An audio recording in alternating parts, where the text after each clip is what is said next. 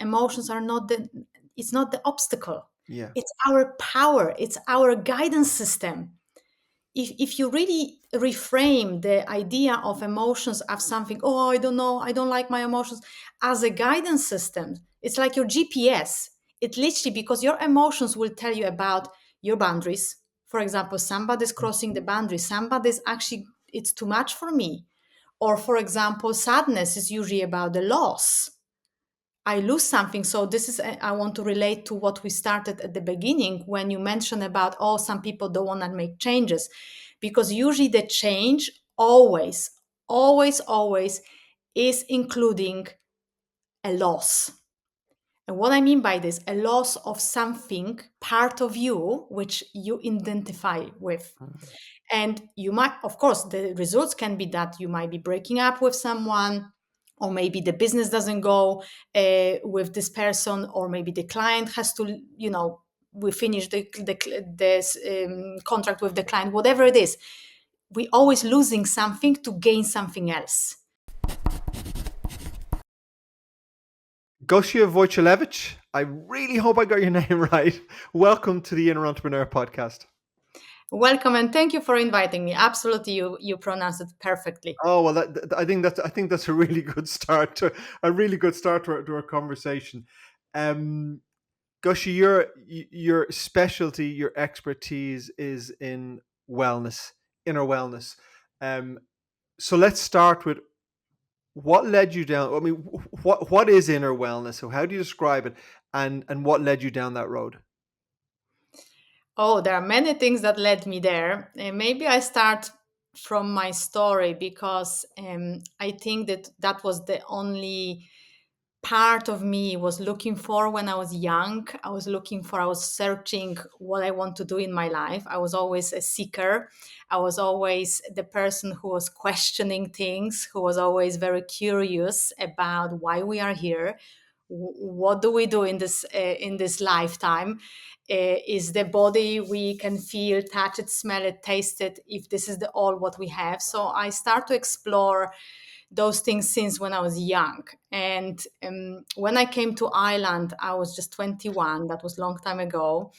And I came here with no English, no money, no education. And I came here just to kind of, okay, what's going on? And perhaps part of the reason why I came to Ireland was a little bit leaving my household, in the way of I've experienced some situations, dark times in my family. And I think for years I didn't realize that was one of the reasons why wellness was for me. But since childhood, like I've experienced different things, like sexual abuse. There was an addiction in the family, like alcoholism. My grandfather was murdered when I was only 17. That was another grandfather. So it was lots of kind of like dark times where I kind of felt I'm only like 16, 17, 18 years old. And is that all?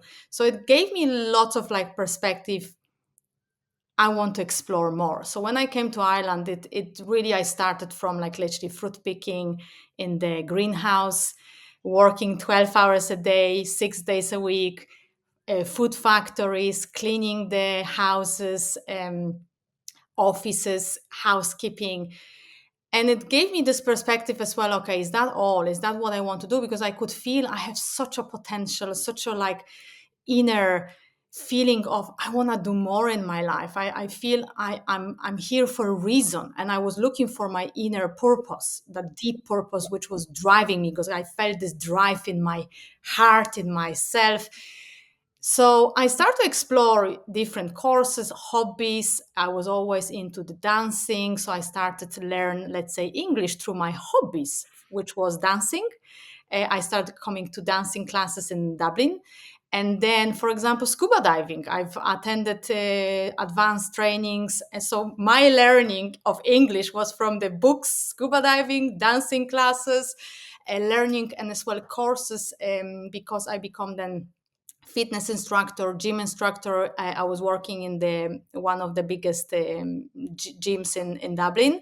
So I was coming from being a cleaner to reception, from reception to being a personal trainer, and then as a manager. So I was kind of growing in that perspective, but I felt there was more even to that. So I was working with lots of clients, but in the same time, I felt there is something more for me. So I started to explore more holistic approach as well, which is meditation, yoga, energy healing like Reiki. So that came to the conclusion, okay, there is more and more and more for me. And I started to pursue lots of courses. And in 2019, that I've led different businesses since then, since I came, even though I was working as well as an employee. But finally, in 2018, 2019, I quit my employment job and I started my own business. So here I am now, after so many years, leading my wellness business. And that was the interesting journey for me, my own resources, my own experiences, but also, of course, lots of courses, trainings, modalities that brought me here today. Well, a big journey, and you've come a very long way. So well done. What strikes me is that you talked about your home in Poland and some of the kind of dark and traumatic experiences there, um, and you obviously left that, as you say, with nothing. You didn't speak English. You had no money. You had no job to come. You just left. And I'm wondering if you find when you're working with people who have any sort of challenge they're in, how important the environment is. I mean, you've obviously undergone a huge personal transformation, and that's how you can help other people. But Yes. had you stayed in that environment, because it sounds like there was a lot of negativity in that environment, had you remained in that environment, do you think it would have been possible for you to change, or would you've led a completely different life, I suppose, is what I'm asking. This is an interesting question because who knows what Mhm. would happen if I would stay? Perhaps I would lead maybe slightly different path, but perhaps there was still I would maybe do something different. For example, because I remember when I was in Poland and I left Poland, I was studying sport and science, and I left that. So perhaps maybe I would go that direction to do something with sport, or maybe which then I was doing here the gym and personal trainer work. It's hard to say, to be honest, but I can't say I regret it because I feel Ireland has such a beautiful energy for transformation. Mm. Lots of people I know who are coming to Ireland, they have that transformation. And you see, when I was home that time, it's not like I was thinking, for me, that was normal. Of course, you didn't notice anything, yeah. Exactly. But I was questioning Mm. deep down, but outside, I wasn't expressing it. So over the years, I've discovered that what I've experienced in my childhood felt very normal. And when I started to transform, I thought that was the normality and anything different was not normal. And it was fascinating to see. For example, feeling calm for me was very unfamiliar because I was always exposed to, you know, dopamine or adrenaline situations because of the family situation. So it's very interesting to see what for us feels normal depending on environment we grow. We are surrounded. So I feel it's such a very important part to choose your environment when you're adult and be aware of it.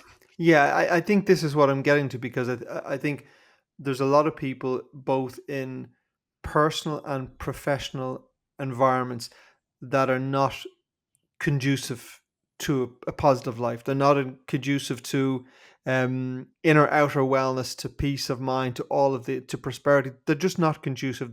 They're oppressive, and I think sometimes it's very hard for people to change. They can do. I've seen people do a lot of hard work themselves, but walk back into a business, an employer, a job that is just really unhealthy for them, or go back into a family that's really unhealthy for them. I think that can be a big challenge to people, that your environment has a huge impact on you. Absolutely. But you know why it's like this? Do you? I'm hoping you'll tell me. I was hoping you say yes. Please tell me. No, You no, you're the guest. I asked the know, questions.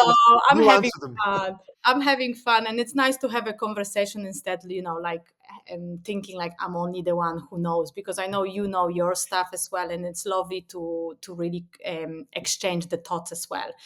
Interesting thing for me is, you see, when you are going through any change, we need to really educate and explain to people what the change is about. And I always say with very simple four-step of change. So number one, as a phases, let's say. So number one of the first phase of the change is first to be in denial. You don't know, you have to change. So you are in this environment, whatever. Then you come to the phase But you two. sorry, in phase one denial, you haven't recognized Yes. you Yes, you haven't recognized, you think you don't have a problem, yeah. you think it's not your problem, you think it's not your situation, not your challenge, it's somebody else. For example, And don't a lot of people just remain there and never change? Because the people who reach out to work with you are people who have moved through that. So they've moved beyond denial. They've recognized there's something that needs to change, and they go, well, something needs to change, and I need help. yes. I need support. But a lot of people are in denial and will probably spend a lot of their lives in denial. Or sorry, here's my experience from speaking to lots of people on the podcast: is people are in denial until a major traumatic event hits them. So a recession, they go to business, their partner leaves them. It appears that human beings need to have a major smack in the face to shift out of. We don't seem to just naturally wake up and go, oh, it's time to move on. We seem to need to get an absolute punch in the face before we can move out of denial. But Paul, think about this. If you are happy and everything goes well in your life, do you just wake up one day, oh, I just want to change? This No, is the time. We are not designed this no, but way. if you're in denial, you're unhappy. I mean, Yes, and but this you're is unaware you're unhappy, or maybe it's like your description of your life in Poland before you came here. It was just your life, and there was a lot in it that wasn't working, but it was just your life, and you knew no different. exactly. And this is the thing. So when usually people, as you mentioned, when they're gonna change, when it will either target their health, Yeah, their relationships, or their money. yeah, So those three aspects are always painful, yes, always painful. And if you look at the ratio of pain versus pleasure, pain is 5 times stronger than pleasure. So people will always go for pain instead pleasure. So that's why I don't wake up one day and think, "Oh, I will feel so amazing, so I'm going to change." I yeah. have to feel that pain, because the way how we are designed, our brain is designed. And also regarding what you said about, if you are in the situation and you think this is your normality, this is, and that also leads to the person thinks this is who I am. Mm, This is what my life is. yeah. But in the same time, if you don't question it, is this is it? Is if you're not curious about what about something else, which means we expanding our perception, we Mm, expanding our perspective. This is what I was questioning. I was very curious. It must be something else. So I start to search for people who maybe have different experiences. So when I start to expose myself to those experiences, people, books, for example, it started with the books actually, mm. and then lead me to another things. But And then you said something very interesting earlier in the conversation. You described yourself as a seeker, and I would describe myself as a seeker as well. So when you have the nature of the seeker, you are always exploring, and that means you're reading, you're hopefully listening to podcasts like this, you're listening to speakers, and something about that just connects you or strikes you, and now you begin to realize, there is a different way to live. There's something different, and now you notice the discrepancy between, well, this is where I am and this is where I could be. And now that tension emerges, and hopefully that's when you begin to move out of denial. exactly, and that's the thing, that there is this one point in your life, okay, I've heard something, somebody told me. Recently, one of my client, she said she came to me in very tough times, and we worked through it. And then a few weeks or few months later, she came to me and she said, Gosia, there was one thing you said to me, it saved me. Mm. She said, you told me not to give up. Wow. And I just said it randomly. This was the thing. Randomly during the Yeah. conversation, I said, just whatever her name is, I said, don't give up. And she said, recently I was leading a mini retreat for ladies, and she came and she said, Gosia, that was the words you told me that really lead me not to give up, because she was on the edge of giving up. So this is the thing. It can be one sentence, one phrase, you hear it, and it will shift you to the next phase, which is, so the first phase is that denial. The second phase is resistance, Mm. which means you know you need to change, but you don't want to change it because it's something you need to step outside of your comfort zone. Your brain is not designed for this, because your brain wants you to, first of all, be safe and survive. So anything different to what actually is familiar, it creates for the brain, I'm in danger, don't go. And of course, our ego is playing big major role here. But also we crave certainty, and even if parts of your life don't work, it's what you're familiar with, it's what you know, and we all have great fear of the unknown. So this may not be great in my life, but if I dismantle it, whether that be a relationship, a career, whatever, if I change this, what comes might be worse. And so, I mean, this is the reality. So you kind of go, well, maybe I should put up what I had, but Mhm. it's a terrible way to waste your life. So yeah, resistance makes sense. I think we've all experienced that. Yes, yes, absolutely. And the thing is, you see, our the resistance will, it's an amazing opportunity to grow, because, for example, during that time of your resistance, first of all, you see what your boundaries, what your values, what your dreams, Hmm. what you put up with, all sorts of things. So it's a beautiful state to be, because when do we make It doesn't change? feel beautiful, I would guess. You see, after so many years of process, Yeah, when I hit resistance, and I'm telling you, I'm still having those moments too, and I have my mentors, but I understand the process. And yeah. that's the thing. If you understand the process, you stay in the resistance, you explore the resistance. So the phase number 3 would be exploration, which you actually go and explore. Usually either with people, with groups, maybe with some mentors, trainers, maybe books, a podcast like this one. So you explore. And then number 4 is acceptance.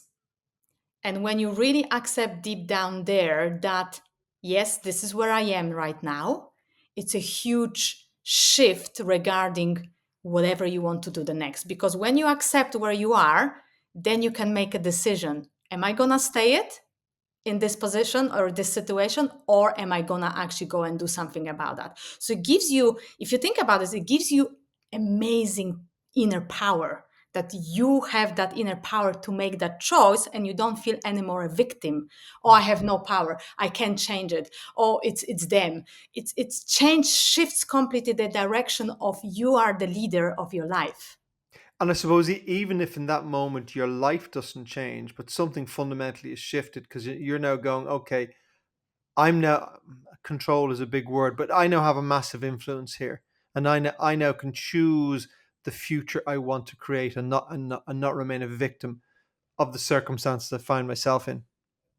Absolutely. And I think when you really realize that yes, I have the choice. Even the hardest situations can be in your life. You have a choice. And when you start to work around that with small, small steps, you don't start with big breakthroughs. Sometimes people, they're reaching to the point there is a huge breakthrough. But even if you are starting with small steps, and through those little steps, you build something bigger. I've noticed, this is what I teach as well, people. Don't start changing everything, because your nervous system will go crazy.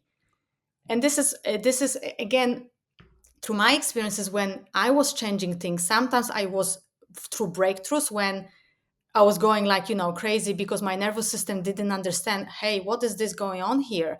Why are you changing everything so fast? But I had to, for example. But now I'm a bit smarter.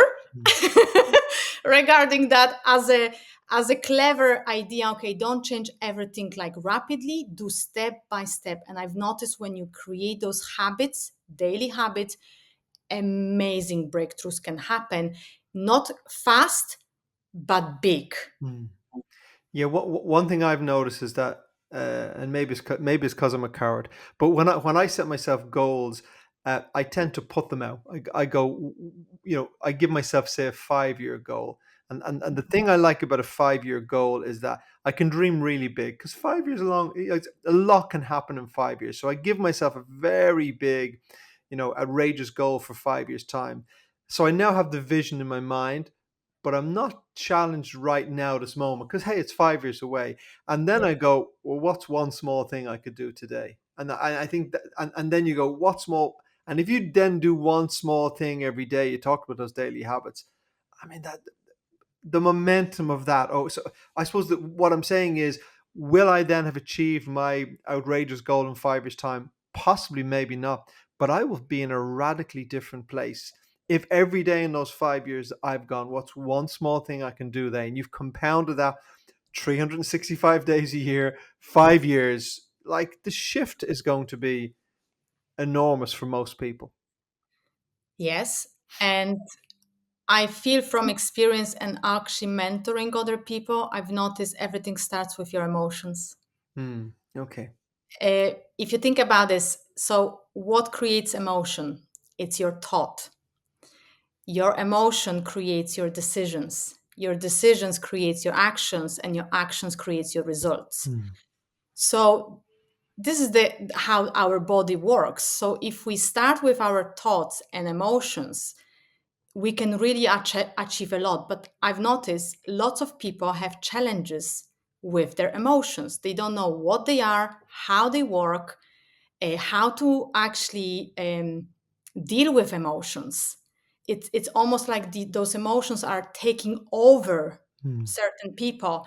And after, when you are emotional, what kind of decisions you can make. Hmm. Yeah. And most of people, when they make decisions, because that's how we actually do everything in our life, if somebody cuts our emotions, we are not able to make any decision. This is our driver. Hmm. So the important thing is, first of all, to understand your emotions. So that's why I lead lots of trainings or um, lots of programs, and always I implement starting with emotions, naming them, for example, as an understanding. What actually are you? What's your emotion? Hmm. And most people actually find it hard to name the emotion. Hmm. They're absolutely disconnected from where is the next thing? Where is your emotion? Where does it appear? It's not in your head, Yes. You feel it in your body. in the body. And then what happens if you don't process that emotion? Hmm. It gets stuck.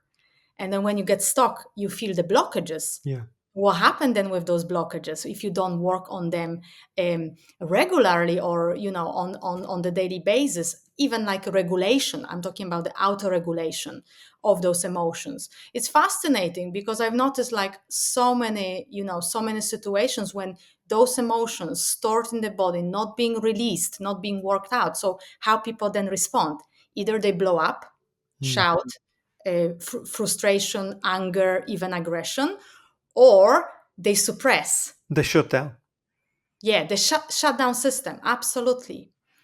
And then it's fascinating to watch that, because I've experienced when, for example, uh, I I was suppressing my anger, because I was this person. I was thinking, oh, I'm in that Zen woman now, so I Yeah. can't express anger. But Yeah. actually, anger, it's a beautiful emotion, Hmm. because anger will always push you, if you use it very, very wisely.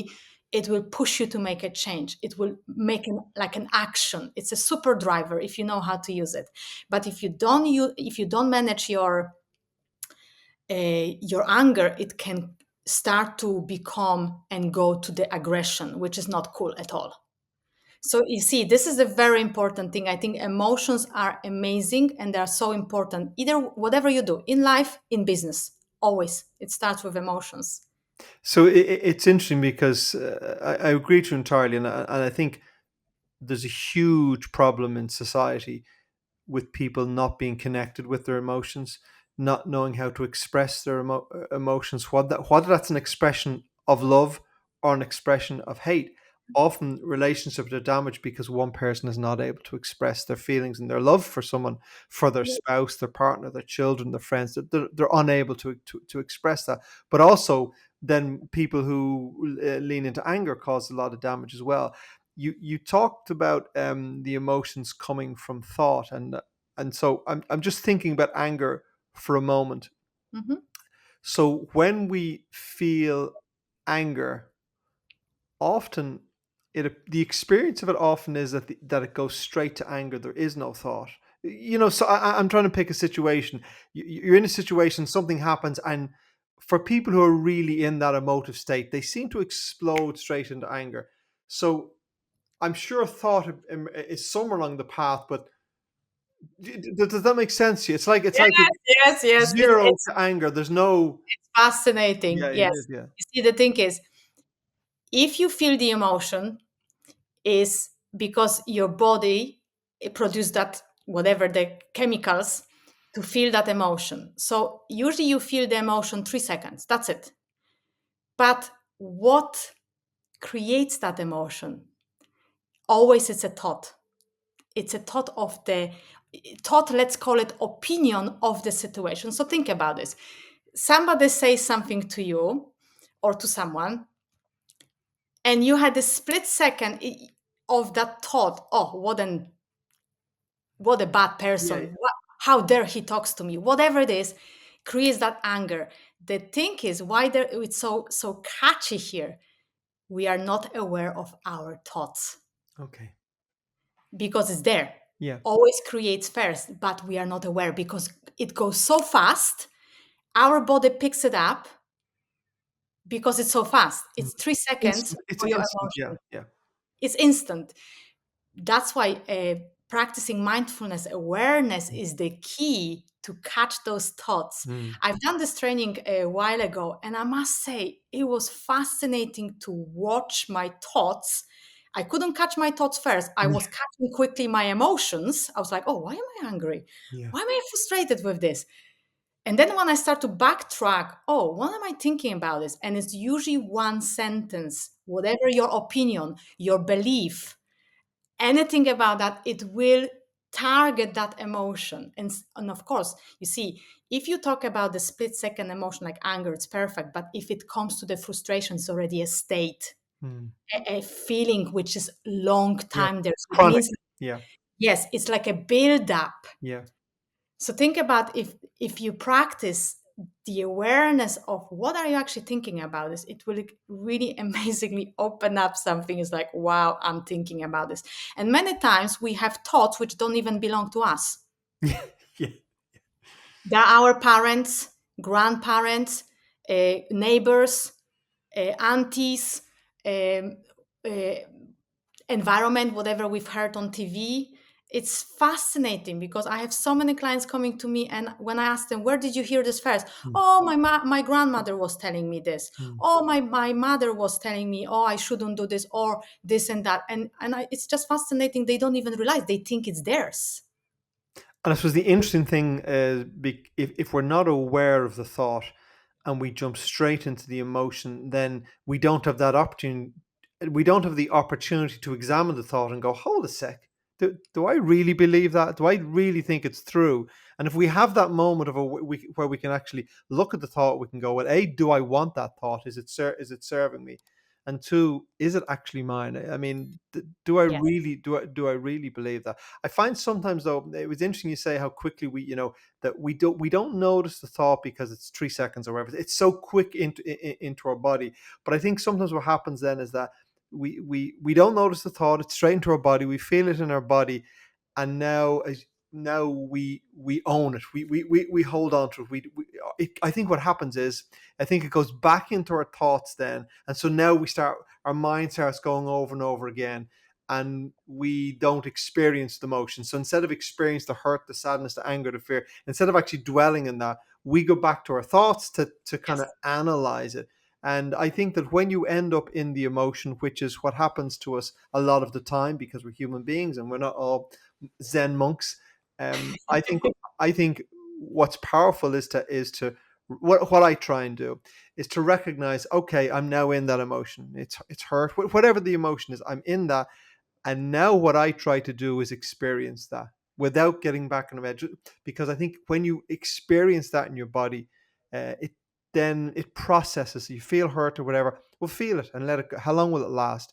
It won't last that long, I think, unless you go back into spinning thoughts and you go, oh yeah, it's what Gosia said. She shouldn't. And now you're into a story. Oh, and it goes on forever. And now 3 years later, I won't Yeah. talk to you.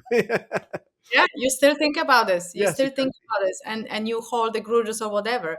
It's wonderful you say that, because I can. So whoever is listening to this, guys, this is not the end. You can make a change and you can learn this. This is not like something like for some special people. Absolutely not. Everybody can learn this, because it's almost you need specific tools to really deal with this situation. Number one, I can share with you a very simple technique. It's called stop.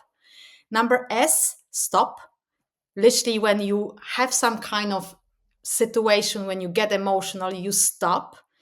Then uh, uh, T, as a letter T, take a breath. You take a breath,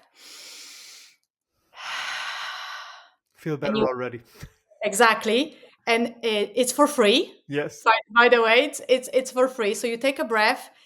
Then it's O, observe, watch your feelings, emotions, your thoughts. Then P, which means proceed, make a decision what you're gonna do about that.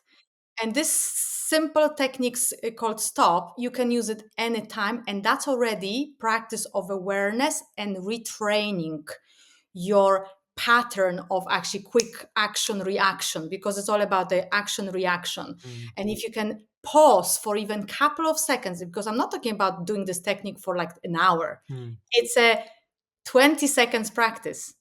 Stop, take a breath in, observe, and then proceed. And notice, do I want to proceed with anger, with let's say with a reaction of saying something nasty to the person, or am I actually, is that worthy for me? Is that actually, do I want to waste my energy here? Does So it you serve me? consciously, yes, you consciously make a decision. So you see how much power you get back. Mm. You decide for yourself, am I gonna go for it, or actually no, not, I'm not wasting my energy. So it gives you lots of confidence, by the way, self confidence, that you have power to make that decision. I think I mean, that's very valuable, and I love that you've laid it out in that STOP because it makes it easy to remember. And I'm just Yes. thinking that often in these situations, and we all have them, look in personal situations, business situations, where we get into an interaction, always with most with another human being, or we read an email or something, and we we feel the emotion and we react immediately. And when you're in that emotional state, you've moved out of the prefrontal cortex and now you're into this animal brain making crazy fight or flight decisions, which usually makes the situation worse. Yes. And now you react, you start an argument, whatever happens, or you respond in something that spirals into something else, and then you're into a long-term situation. And you're right, that 20, even if you only do that for 20 seconds, that pausing for 20 seconds, I think you may say 20 seconds later you will still feel the upset or the anger, and you can go, okay, I am upset, I am angry, but how do I choose to respond? How, and you're really, I think you're really redirecting and changing outcomes if you do that. But also, what you're saying is you're rewiring your brain. I mean, the neural pathways in your brain are learning a new way to behave. So if you do that 10, 20, 40, 50 times, your brain is now in a new pattern of, oh, this is how I respond. Absolutely. And again, I just want to really say here that emotions are not the, it's not the obstacle. Yeah. It's our power. It's our guidance system. If you really reframe the idea of emotions as something, oh, I don't know, I don't like my emotions, as a guidance system, it's like your GPS. It literally, because your emotions will tell you about your boundaries. For example, somebody's crossing the boundary, somebody's actually, it's too much for me. Or for example, sadness is usually about the loss. I lose something. So this is, I want to relate to what we started at the beginning when you mentioned about, oh, some people don't want to make changes, because usually the change always, always is including a loss. And what I mean by this, a loss of something, part of you, which you identify with. Mm. And you might, of course, the results can be that you might be breaking up with someone, or maybe the business doesn't go with this person, or maybe the client has to, we finish the contract with the client, whatever it is. We always losing something to gain something else. And if we really take it on board, like, okay, it's a part of life, it's a cycle. Look at the cycle of nature. Tree doesn't cry because the leaves are falling, because it knows somewhere there in the system, whatever in the nature cycle, it will come back. It will bloom again. So it's the same in our life. Whatever we create space for, whatever we decluttering, whatever it's in our life, there is a space for new. And because you grow, you change, something else will come to match the energy of your potential right now, because we're changing our energies as well. If you grow, your energy rise.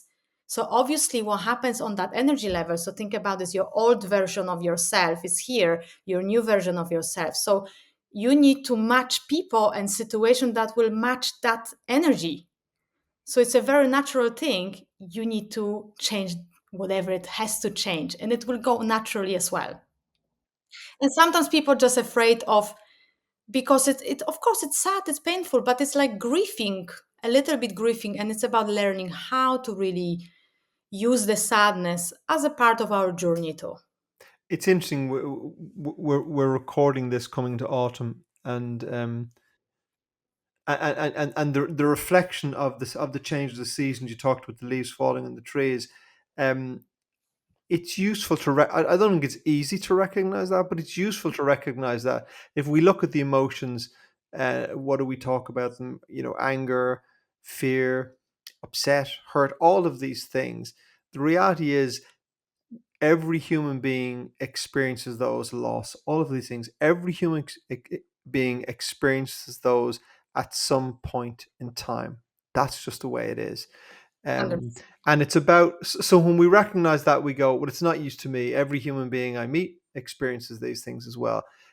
It's a question of how, it just doesn't make it easy still. I mean, obviously, I'm sitting here and we're having this lovely Zen conversation.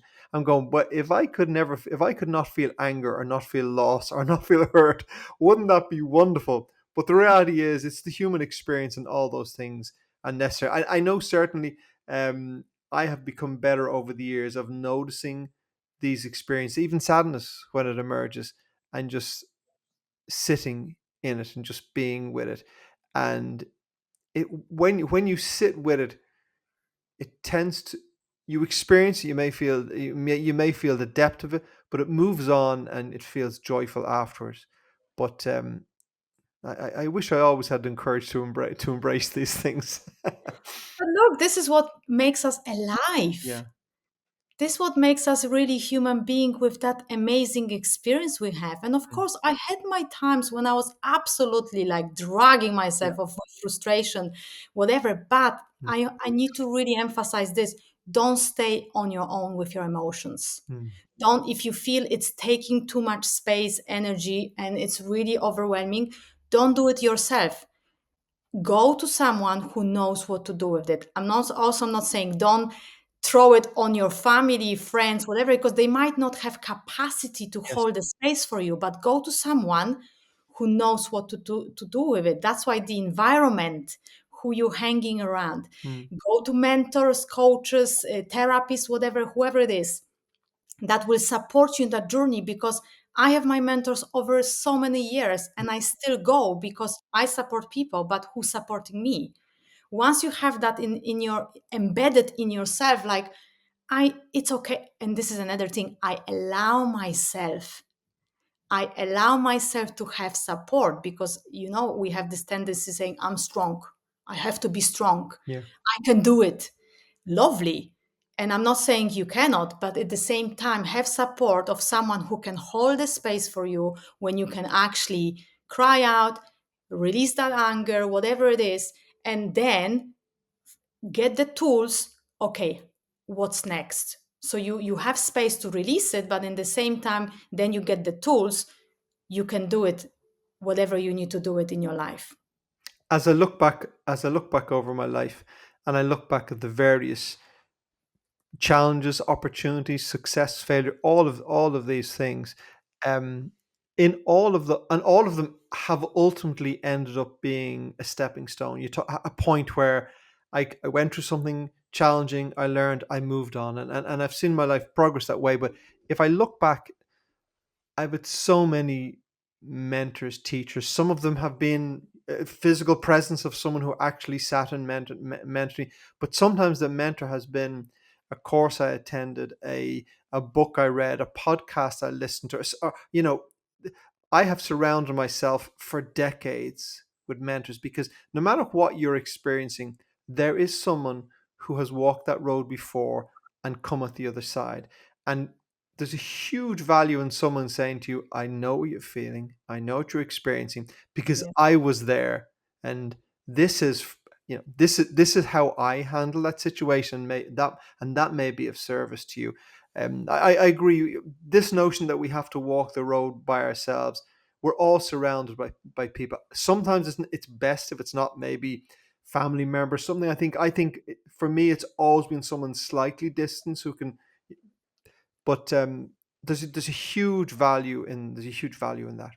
Absolutely, because it builds stability, builds authenticity. Also, the other person can, or whatever you using, uh, brings that awareness of your own patterns. Because when we are in our box, Mm, it's hard to see outside of the box. So using places or courses or books, whatever, that it will bring you outside of the box time to time, it's a great opportunity really to have a look. Is this is where I want to go? Is this is what serves me? If this is what supports me? Because sometimes we have those patterns. We think, again, it's familiar, it's well known, so I'm staying there, but it doesn't mean it's healthy. So you start to recognize, okay, when is it not healthy for me? When is it actually not serving me? And once you reach out to this moment, it really creates lots of opportunities for being more even effective with your own results.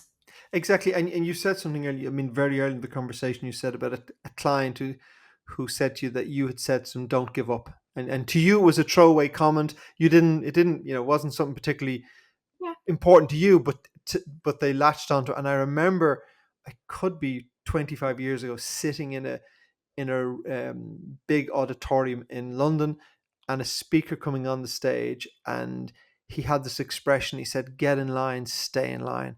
And his theory was that so many people never achieve what they say out to achieve in life because they literally don't stay in line long enough. I mean, they just don't commit to it long enough. And I was at a turning point in my business at that time, and I remember he said that, and I realized, oh God, I'm not on the line. I'm at the top of the bloody queue here. But I haven't stepped inside yet, but I'm actually at the top of the queue. And if I was to step out of line, I'd have to. And his point was, you step out of line, and when you decide to join the line again, you're at the back of the line. And I mean, that was a whole weekend, 4 days in London, lots of speakers. I don't remember who else spoke. I don't remember a lot was said, but I remember that line. I took that line away and said, I need to stay in line and I need to work this shit out. So it can be really, people can have a really powerful impact on you if you're listening. Absolutely. And that actually as well comes to the one point when, if you awaken in yourself that point when you are brave to take that step. And it's all about being brave and being ready for the next step. To the whole idea of making changes, you can make it when you feel brave, Mm. because if you feel so fearful, it's very hard to get out of that state. Yeah. So it's all about changing the state to the next and next. But what you said about staying in line is really interesting, because Also, I hear a lot during the courses or anything I present to people saying, oh, I read so many books, I listen to so many things, I've done this course, I've done that course. Still, I don't see that change I'm looking for. And I can see there's a huge gap between the knowledge we're gathering and implementation. So you see, because what happens if you learn something new, you need to integrate it. But where do you integrate it? You don't integrate here in this place. You integrate in your whole body. Our nervous system needs to rewire. And once you do it together with your mind, your brain, and then your body, there's no way you won't change. It's guaranteed. It's guaranteed. But what happens is we stay sometimes at that level that we know, no, no, oh, I know. And is this a common thing? Oh, I know about this. Mm. Have you heard this? Like when you say something, oh, I know about this. But you know the person doesn't have results they want. So Yeah. there is a gap between what they want and where they are. So it's interesting to see that integration is very, very powerful. And you need to implement even step by step something what you mentioned. Stay in the line for a while. Well, you have to look at the results in your life, and if you don't have the results in your life, you've clearly more to learn. And I think part of it is, in my youth I was a seminar junkie, but I love reading. I'm an obsessive learner, and so, but to me that's fun, that's exciting, it's a buzz. But you take that information, and unfortunately, that information is useless unless, as you say, you integrate it. But but when you go to integrate it, now we move into the deeper emotions, because we move into fear. What if I Yeah. fail? Yes. And also you spend a weekend in a course, or you get a mentor or something, and it's a short period of time, and now you go, oh, this will actually, to implement this in my life, this will take me 2 or 3 years to really create Yes. these changes. And I just want to say that because I think it's really important, because if people, that's what it takes, and sometimes that's not easy, and that is the staying in line. You've got to stick with that. I know one of the things, I'm just conscious of our time, I know one of the things you talk about is your inner synergy blueprint and the 7-step manifestation mastery. And that really caught my attention. So I'm wondering, as we come to the end of our conversation, are there some pointers within that process that you can give to people if they're still with us and they've gone, I'm going to address my emotions, I'm going to feel with them, I'm going to watch my thoughts, and I'm going to stick, and Yes. I'm going to stick with this. What are the tools? I don't like. I'm always saying this in the podcast. I don't like the word manifestation, simply because it suggests that people can have something for nothing, and anyone who has anything, mental, emotional, physical, they've done something towards it. So I'm just wondering, what do you see as the steps for someone when they want to manifest some change in their lives? Well, start first with awareness. Yeah. That's number one, because you cannot change anything if you're not aware of it. So I suggest to start with some kind of like a self-assessment. Ask yourself questions. Okay, where I am now, what am I doing? What am I not happy about? What makes me angry? What do I want? And most people, if I ask them, what do you want, they can't answer, but they know what they don't want. Mm. How bizarre is that? Yeah. So, but again, we need to work with our brain. So our brain knows exactly what I don't want. So I start with that. Okay, I make a list what I don't want. Once I've done it, my brain is clear. Now I'm moving what I want, and that can be as well taking us time, because sometimes we realize um, what's there for me, because I know for so many years I've been doing this and this. So it's almost like you start to create what's the other thing for me. So I always think about this as a what's your greatness. Where's your greatness? Imagine you are in this greatness circle. Yes, you're surrounded with this greatness circle. What is there for you? It's like a potential, unlimited potential, but also aligned to your talents. It's not like you suddenly choosing, oh, I want to become this one. But if it's not in your alignment Yes. of your inner potential, which you need to check that as well, you might be actually wasting your time, energy, resources for something that you are not even aligned with, because you think it's yours, but it's actually no, it's your father wanted to do it, Mm. or your colleague is doing it, or somebody on the stage is telling you can do it. Yes. So it's very important to find out what is really yours. And how will people ideally identify that? Because when you have a situation where your father, your family, your spouse, or whatever are telling you should do something, and we take that on board, how can someone identify a desire and go, no, this is pure in alignment with who I am. It's not what anyone Mhm. else. How can they identify, do you think, that they're on the right track? So first of all, I do the questionnaires with them to really find out what they are thinking, and you need to really ask specific questions. So I have those specific questions you ask them, and at the same time, then you question deeper. And then, for example, I lead them to the meditation where they connect to their heart space, because everything is in your heart space. When you connect to your heart and you make a coherence between your mind and your heart, magic happens regarding what you really feel. So you're speaking to your true self there, but you need to get in there because there are many layers. Yeah. So it's a as I mentioned, it's a process of preparing person, for example, to first of all declutter some belief system, declutter some emotional blockages to really go in, because you have all answers within you.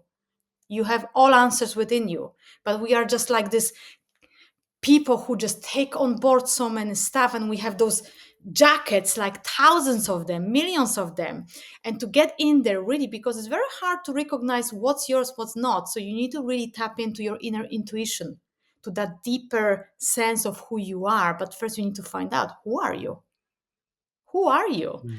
So, but it's not hard in the same time. I don't want to kind of say, oh, Well, it's I often think there's also you can also hear people's language, and the language is, oh, I'd love to do this, or I should. I sometimes have people going to. I mean, I love to do this. I love to do this podcast, because I get to speak, to have great conversations. I love to do it. I occasionally speak to them and go, "Oh, I should do a podcast because it will promote my business." I go, Mm, "Should." The problem is with should is that you don't really want, you want the result of that because you think it's going to bring businesses, but you don't really want the process where I'm enjoying the process of this. So I think the language of, well, do I really love to do this, or I think I must, or I should do that. I think that can be a good pointer for people. absolutely, absolutely. And as well, we are also making decisions based on our temperament. And I don't know if you've ever heard test disc, DISC. Oh, like a personality test, is it? Say that again. Is it like a personality test where you feel It is a temperament test, and it's temperament actually test? Yeah. checking your unique talents as well. And I found it very useful as well. Okay. So, because it will show you your natural Mm, uh, temperament talents or your potential, yeah. which you are born with. And then it will show you as well your adaptive, which means what you've learned. And a while ago, I've done this test and I had a session with my mentor as well. And it's interesting because it came up that I have all potential to do certain things. I thought I don't, and my adaptive was absolutely dimmed to all what was in my potential. Okay. And once I have this awareness, I was like, oh my god, I never even thought I could do this. And it will show you as well different things. And then once you take this one and start to explore with mentoring, because you have to be a bit mentor about this as well. You just don't get the test and just like, oh, here we go Yeah. again, because it will show you as well different aspects of it. And once you start to work with mentoring, for example, of working with those talents, with this potential, you can really recognize lots of insights. What's yours? Because I know so many people worked in certain temperaments, let's say levels or jobs. It was not at all in their potential. And they, you know what they reach out? Burnout. Yeah. So this is very important to actually be aware who you are, who you are on that deep level. What really makes you feel like you spark up? Like you said, I would love to do that Yeah. podcast, or you know what, I need to do this podcast because it will give me the Yeah. whatever algorithm will go up or will bring me And the that's best. how you burn out, by continually doing Yeah. those things. I that's how people burn out. But I suppose a lot of it. I was a burnout myself many years ago. But when I look back, I didn't have the awareness. I didn't recognize it. I didn't realize that that's what was going on. So yeah, self awareness seems like a huge part of it. But you 100%. it 100%. probably maybe it's probably difficult to get that awareness without some outside without some ability to, without some mentorship or someone who can reflect that back to you, because it's in that often though these conversations, you have the conversation with someone else, even in your own words you recognize yourself. Yes, absolutely. You can do lots of things on your own to start with, Yeah. but if you want to have effects and even faster results, I can tell you, like, I wouldn't be where I am if I wouldn't have my mentors, my coaches, because they support me to recognize what I don't see. Hmm. That's the whole point. So you get somebody who is outside of your box and really can catch those little things, because our ego doesn't want you to see things. Hmm. Yeah, yeah. I, I Yeah. I remember I remember sitting many many years ago and sitting in front of a mentor, and he was at least 35 years older than me.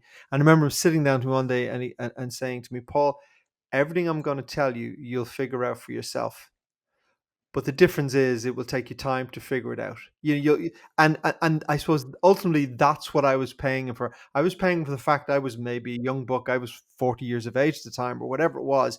And he's going like, in 10 or 15 years, you'll know all this, but you'll figure it out the hard way, or you can use a guide who can go, oh, well, I can learn this in a much, much shorter period of time and save myself the 15 years of heartache. And that's a big Yes, value. That's the big value of having something of someone who can guide you absolutely. along the path. And it's not the point of showing you are weak, It's not because about weak, no. yeah, it's not about weakness. It's actually being very clever, smart, and brave, that you want to go to someone who will support you and help you to overcome, because they see what you don't. And this is the biggest thing, I think. I highly recommend to everyone. Find your own person, find your own community as well, or courses or whatever. It doesn't have to be one person, it can be community as well. But follow your gut. Your gut will always tell you who's the right person for you. I think, Always. yeah, I think if someone listened to this took one thing away from this conversation, it would be that your gut, if you're listening to it, will always guide you. It always wants the best for you. Um, Gosha, just before as we wrap up, just talk a little bit about the type of work you do and where people can find out more about you. So you can find me on my website, www.innerwellnessnow.com. All social media, Inner Wellness Now, on Instagram, Inner Wellness Now with Gosia on Facebook. Also, my name and surname, Gosia Wojciulewicz, on LinkedIn. And the work I'm doing, so I'm leading the groups trainings, mentorship 101 as well. I lead retreats.